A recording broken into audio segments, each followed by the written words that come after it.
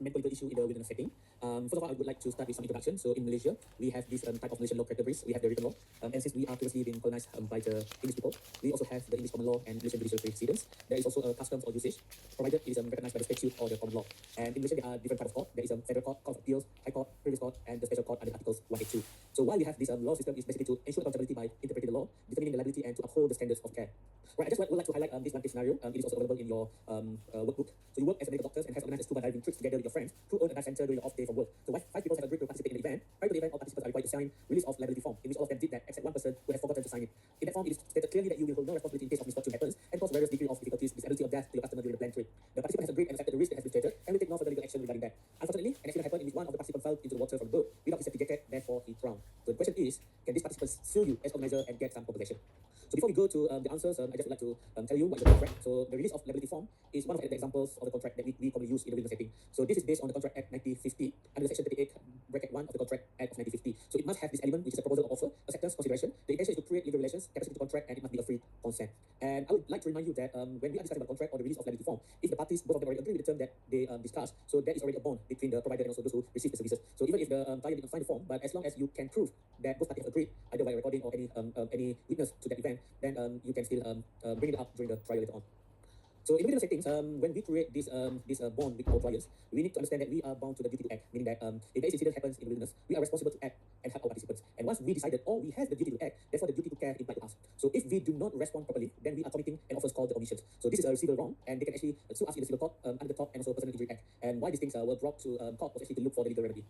So basically, medical legal issue is a dispute with regards to medical issue through the legal system. It is more commonly occur in the hospital. Whenever there is a mistake done by the doctors or the treating teams, the patient will sue them in the court. But so far, for the cases that occur in the legal setting, I'm not aware of any precedent case that I can highlight in this presentation. That is also probably because these issues has not been accepted yet in the national levels. Because so far, the awareness of the people related to medical legal issue in wilderness is not there yet. But we will never know in a 10 years' time it might occur. So that is why we teach our students and we emphasize this topic to them in case that unfortunate event occur in the future. So in the West, when people suffer from incidents or injuries, people are very reluctant to provide assistance. So they introduced this Good Samaritan law that is based on the Gospel of Luke, was chapter 10 verses 25 to 37, that display about the act of the Samaritan people who help travelers who suffered or injured in their village area. So this law were used to protect the people with good intention to help the people and avoid them from being charged of any things in court. But we do not have a Good Samaritan law in Malaysia. There are some talk of going to introduce this concept. However, you do not have to worry because we have this Act 574 of the Penal Code, and in it there are any section that actually can be used to protect yourself in the court. So in case that you are providing assistance to people who are injured and they either suffered more injuries or couldn't make it, and if they happen to sue you in court, you can actually use this penal court to defend yourself. As for doctors, we need to understand that when we go to the wilderness, it can be due to multiple reasons. Sometimes we go there as a medical expertise or medical support team, but sometimes we just want to go there as a participant, want to have our free time there. So in this case, the concept of duty to care may not really be there. So for example, if you go as an official medical crew, then we have duty to care. But if you go there as a participant and one of the other participants suffered from injury, we actually do not have a direct duty to care, right? So it is actually up to the doctors whether they want to offer help or not. But having said that, every doctors they have the code of professional conduct and they have good medical practice. So these two things actually encourage the doctor to offer the help. So it is part of their duty as a doctor to respond to emergencies, and it shows a level of professionalism. So the word used is to encourage like the use of must rather than should to highlight the importance for you to offer some help.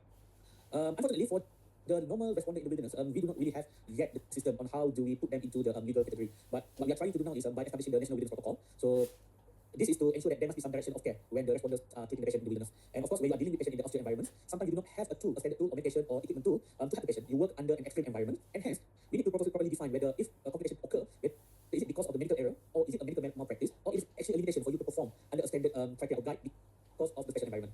But whatever it is, that the principle is to do no harm. So whenever you offer help, it must be in a good intention that you want to make them to feel better. And in order for you to perform, you need to have the minimum requirement for training and providing care. So for those who are involved in a serious level with the wilderness search and rescue or SME&S, especially the medical directors, so it is very recommended for you to have the indemnity insurance in case that some medical issue occur in the future. And for the responders, you need to understand that before you give treatment, if the patient is alive, you need to obtain the consent from them. If they have a bleeding, you need to get a consent to stop the bleeding. If they have fractures, you need to get a consent to put a splint. Informed consent can be in a written form, or it can be just a verbal form. So in the wilderness, sometimes very difficult for you to write a confession, but as long as you ask the victim, you introduce yourself to them and offer the help. And if they agree that you have them, basically the consent has been obtained. And to save yourself, we teach our students to fill up the SOAP notes. This is part of evidence in case something happens in the future. It is also part of the report. So when after you finish treating your patients, you should give one copy to the EMS team and keep a copy to yourself for organization in the future. And the next thing that I want to share with you is the importance of confidentiality. I know that we are living in the viral type of the world, so you want to share everything in social media. And in fact, nowadays, if any accidents occur in any part of the road, so usually the ambulance team will notice about the incident through the social media first, rather than receive call or distress help call. But you need to understand that you may record the process of giving treatment. This is, for example, like next time you want to share about your experience of treating patients or for the education purposes, or you want to share it with your medical directors to ask for help. But please remember that do not share things explicitly unless the patient gives the consent. And if you think that you need to share it later on for the learning purposes, you need to make all efforts to make sure that the identity of the victim remains anonymous.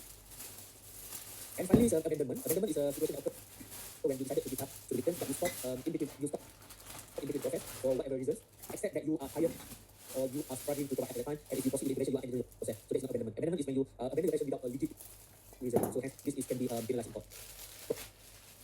So this is one of the studies also. You are within the first aid graduated for the one program and was certified for within the protocol. So during one of your field trip, a member of your expedition developed anesthetic shock falling on the scene, and she was having difficulty in breathing and confused. You administered an IM at only 1 in 1,000, 0.5 ml at his right and toilet side, which improved. So this is following the protocol that will teach you during all this. But following the question and sending patient to the hospital, the doctor was shocked and threatened to lodge police report and said only medical practitioner can administer treatment in Malaysia. So this is partly true.